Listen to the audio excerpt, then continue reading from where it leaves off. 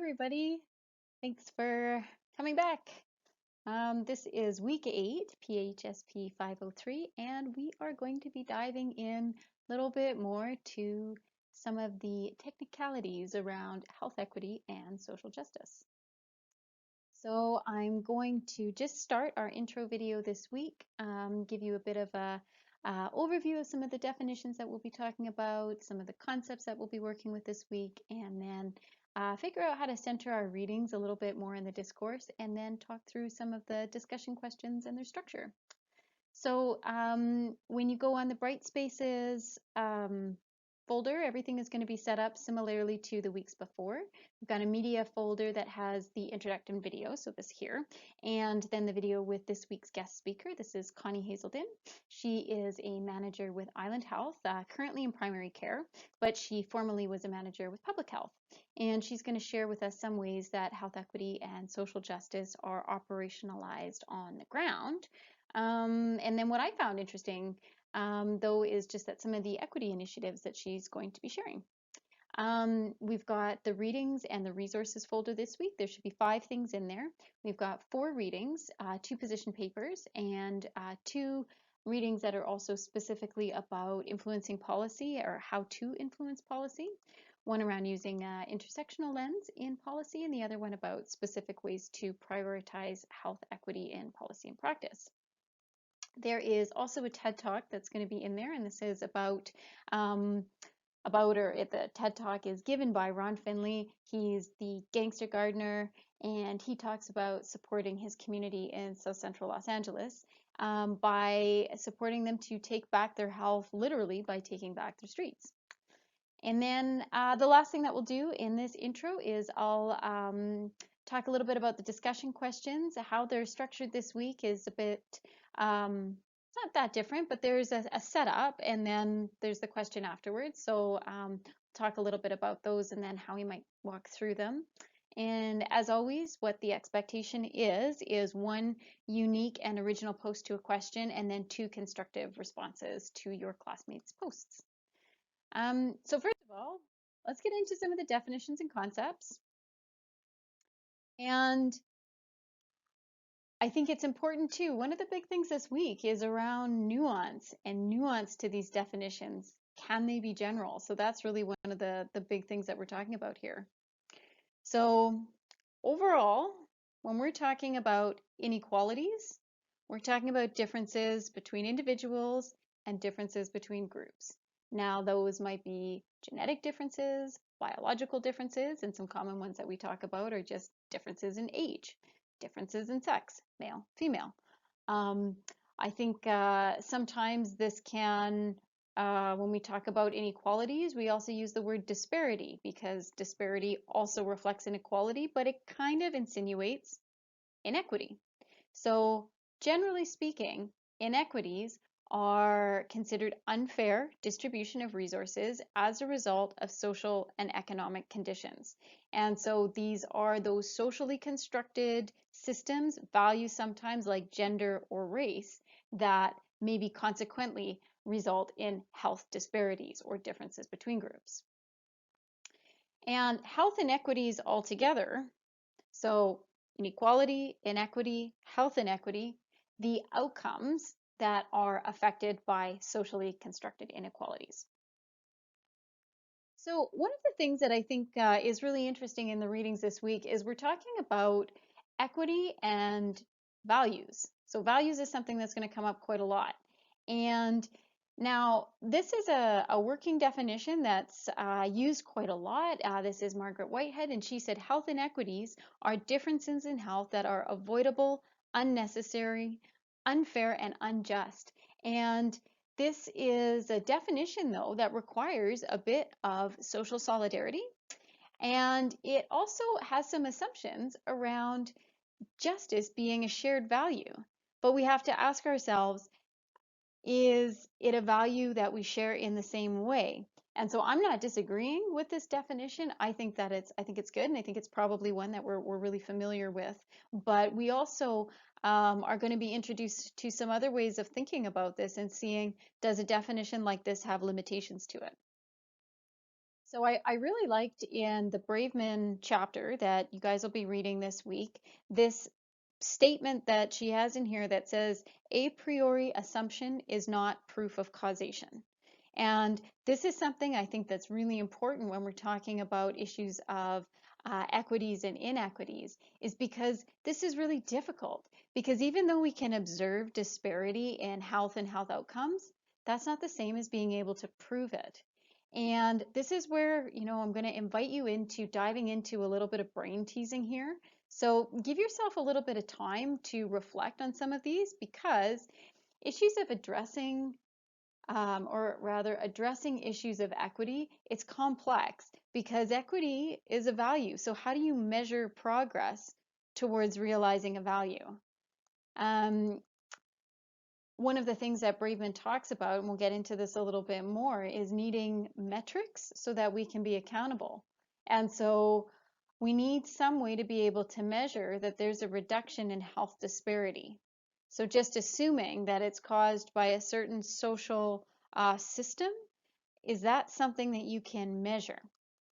So my question then is, if we, however, set this up so that we're using metrics to measure disparities, do we wind up moving a little bit away from causality, and what do we risk losing there? Because regardless of the cause, the inequity still exists. So removing the burden of proving why, though, this is what Braveman argues, it might take the need away from scientists to explicitly address values, because that's something that can complicate rigor.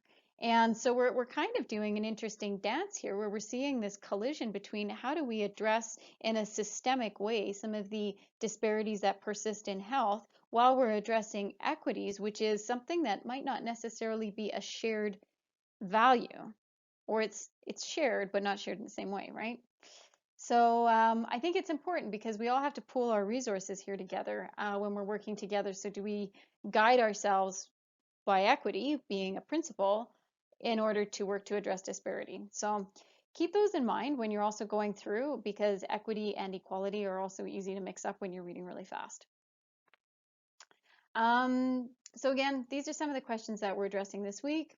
It's a good opportunity this week to also practice taking a position, gathering evidence to support your position.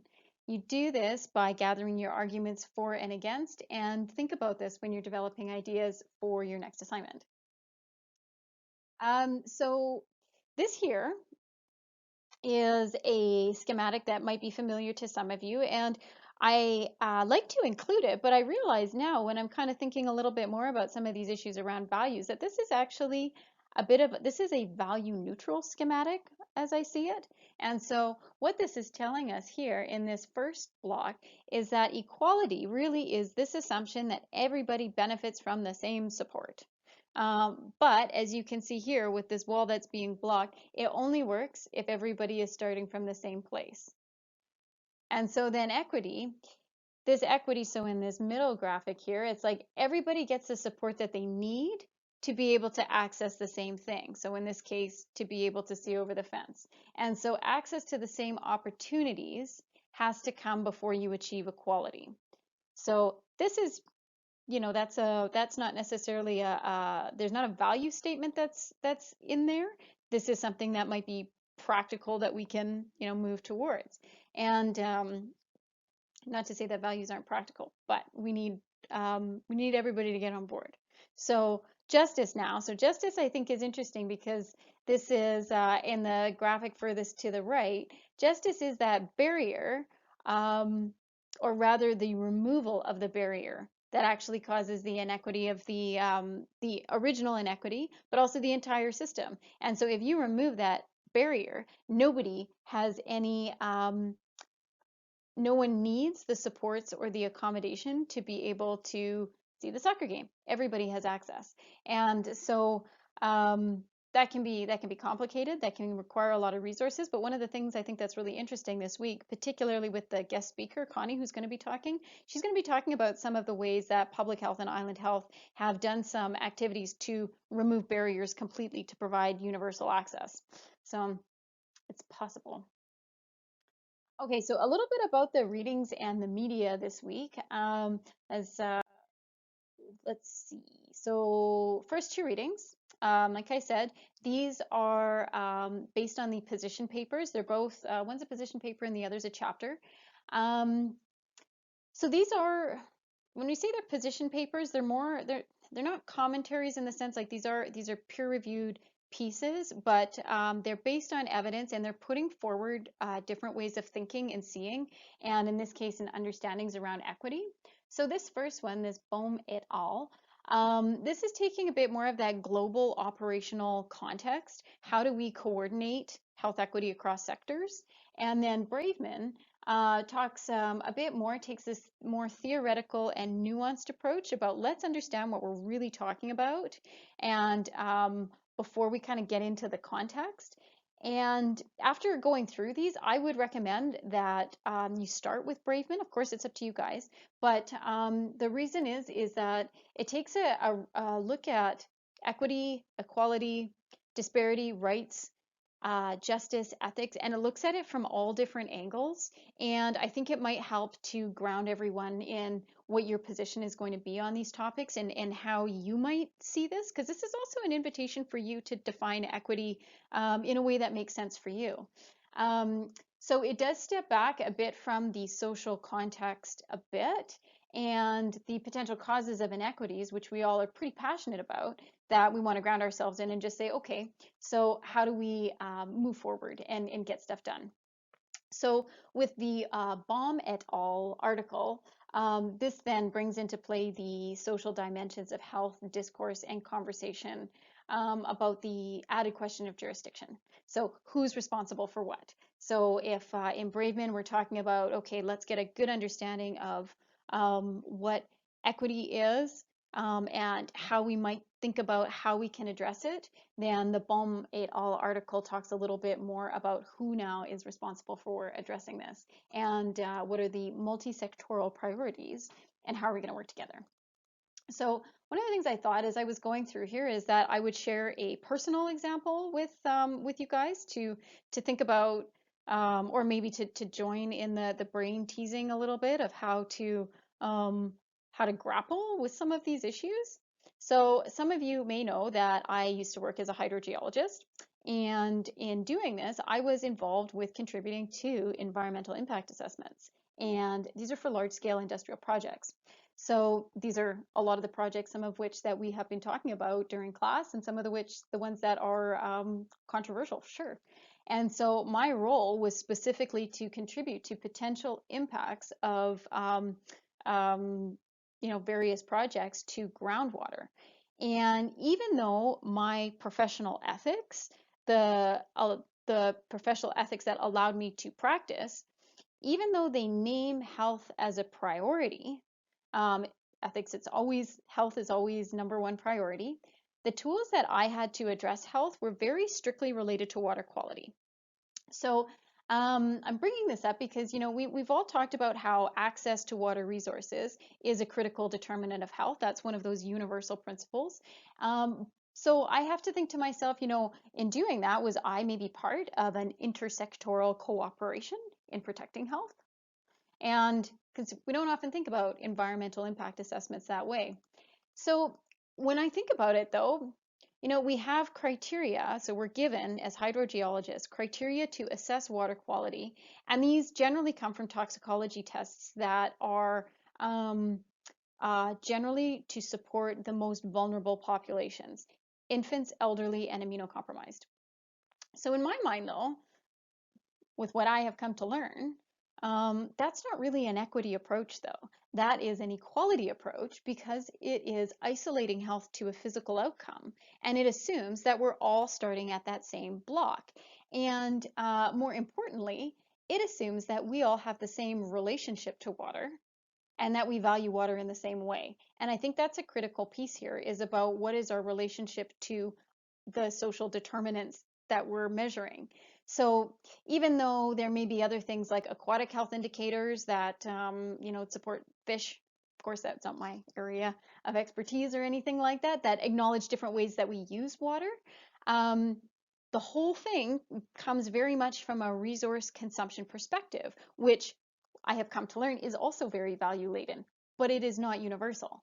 And so just because I know that water is valued differently in other cultures, is that enough to justify a different groundwater assessment?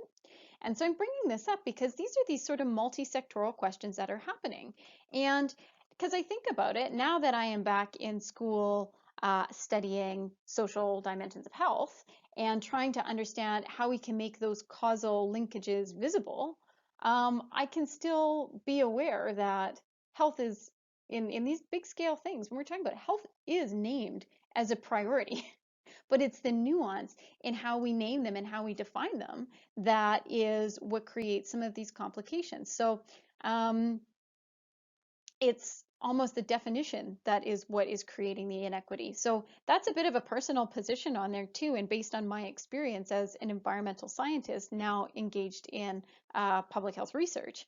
So I think what I invite you to do as well with something like that is when we have these big assumptions, I have to think about what the assumptions that I was making as a hydrogeologist in the way that other people were going to be engaging with health as a resource. Health as a resource, water as a resource, food as a resource. So just to complicate things from all different angles, we have to consider these different perspectives, and how am I going to be able to prove that? So this is my lifelong journey now.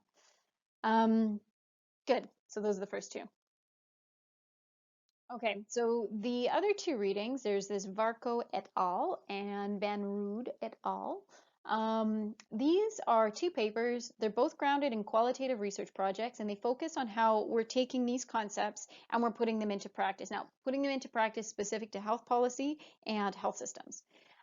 So these talk about using ethics lenses and specifically addressing equity as a value. And you can see in the second one here, they name that their values are not enough, but that it needs to be specifically named in some of the ways that they're going to be prioritizing equity in care.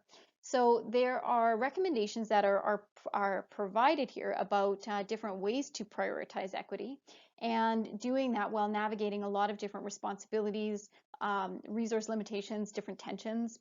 And so when you go through these, consider how they maybe complement or contrast the other two papers. So taking those more theoretical definitions and actually putting them into practice. Are they successful?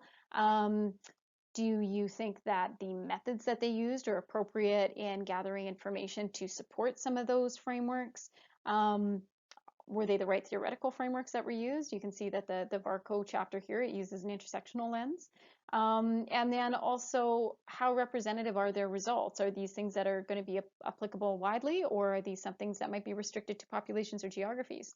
So again, this is where you start to get into that sort of critical autopilot mode when you're reading through some of these articles and thinking about whether they're valid, practical, applicable, in what context, and how it connects to your position that you're establishing on health equity and policy and practice.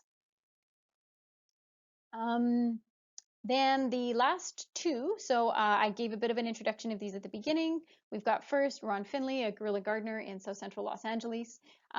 He talks about building capacity in growing your own food as a way to address health issues that he's witnessing in his community. I actually noticed too, he recently has been invited to do a master class on gardening, and he does pretty cool stuff. So if you like this, then check it out. In his actions and his what he's sharing, how he talks about this, he touches on issues of food security, early childhood development, criminal justice, housing insecurity, the importance of having beauty in your neighborhood. He's able to cover this breadth of this just in this grassroots initiative that he has done just because he got tired of what he was seeing in his community. And so we're going to take that, and I think it really complements well the guest speaker that we have, Connie, when she shares with us a number of different ways that public health has also worked to remove barriers. And specifically, what I thought was interesting is talking about removing barriers like stigma and the ways that they do that so that they can achieve providing universal access to things like healthy meals, maternal support, immunizations. One of the things that's also really great is she shares some of the experience that they had working with the Syrian community when they first arrived in Victoria, and the ways that the health screening had to be culturally safe in order to support people across language barriers, complex trauma, and also recognizing and accommodating the cultural dimension to gender that needed to be addressed. And some of these had to do with how they were going to see their female patients and how they were also going to support some of the social gatherings in those areas. It was really important to do that to make sure that everybody had a good and positive experience. So let's move on to then the discussion questions. So each question this week, kind of like weeks before, they have a setup and something for you to consider first, establish your position on, and then followed by the question that we're asking you to address. So remember, you take your position and you support it with evidence across the week, the course, or maybe outside data. And keep in mind, of course, that this isn't about getting the evidence to fit your position. That's how statistics can be kind of dangerous. It's about having a grounded position to present for further discussion so that you're inviting discussion on this topic. Okay, so this is the setup for discussion 1. Braveman talks about the importance in being clear in how we're defining health equity. She argues that focusing on health differences between groups might be more effective at redressing inequities than focusing on the injustice of those differences. And she uses the burden of proof to justify her position there. And that is about if we say that an injustice is the cause of the inequity, that can be very difficult to prove. That is the burden of having to prove it. So by focusing on what the health outcome is and trying to work on ways that we can achieve better health outcomes, is that going to be a more practical way to help bridge those gaps? Now, Van Rood et al., I don't think necessarily they dispute this, but it contrasts some of their assertions that say social justice actually is the thing that should be foregrounded when we're prioritizing health equity. And so these are two different conversations. They both have the same goal, but they're coming at it from different sides. So the question then this week is, considering this nuance, take a position on how you may or may not align with this burden of proof question. When we have this goal of addressing health equity, how do you come at it? So do you agree with the Van Rood side about foregrounding social justice, or do you think that there is something to the burden of proof argument that Braveman makes? And please support your position, drawing on evidence from, for example, intersectionality, ethics, population health promotion, your experience with promoting health equity. Again, making sure that you have your position and your evidence to support it will help with the clarity of your argument and then really help to make that succinct for your peers, and also working to adhere to some of the limitations that we have in word length in Brightspaces. Okay, discussion question 2, setup. Ron Finley and Connie Hazelden, they talk about local initiatives, on the ground grassroots initiatives that have been working to remove barriers to access resources that promote health: food, education, immunization, maternal care. So these, I think, reflect acts of social justice because they promote this vision of universal access. So now the question is, can you provide an example of an active on-the-ground initiative in your community that's working to uphold this inclusive, non-judgmental access to all? Again, provide some evidence here supporting these grounding principles of health equity, equality, and justice. Okay, and finally, so again, the setup here for discussion 3, remember you only need to answer one of these and then have responses to your classmates on 2 others. So, okay, discussion 3. How would you now refine this definition of health by taking into consideration the role that human rights and social justice have to play? Would you refine your definition of health? Now, considering now that if we have a definition of health that recognizes the social and economic intersections that exist in creating health disparities, if that's included in a health definition, does it now become the responsibility of the health sector to address those those determinants that can result in those disparities. So really this is a question about um, how can we have a good definition that promotes people working together? Okay, so your task is to construct a revised definition of health and establish your position on shared responsibilities about addressing social determinants of health. The other sort of side part is, do you support recommendations presented in the Van Rood et al. Article to prioritize health equity? And or what about supporting the commentary in Bohm about reorienting healthcare systems across sectors? So those aren't necessarily complementary. Those are kind of two separate questions there. Um, how do you prioritize your position? How do you reorientate healthcare? And support that. Why or why not? Do you agree with some of the things that have been presented? And do you think there is this shared responsibility? I think that is it for the week. Thank you so much again for being present and for being generous. And I think we'll have maybe some more conversations about this later, but it was a real pleasure to review and mark your guys' photo voice assignments. Thank you so much for being generous with your pictures and your stories. It's something that makes the course really interesting. And uh, yeah, it was really great to get to know you guys a little bit better that way too, and bring that forward again with all of the other discussions.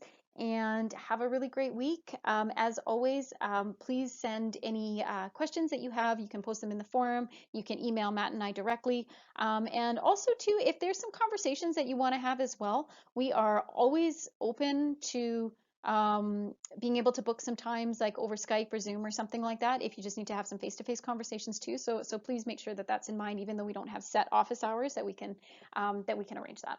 So have a great week, everybody, and look forward to seeing you and hearing you on the forums. Take care.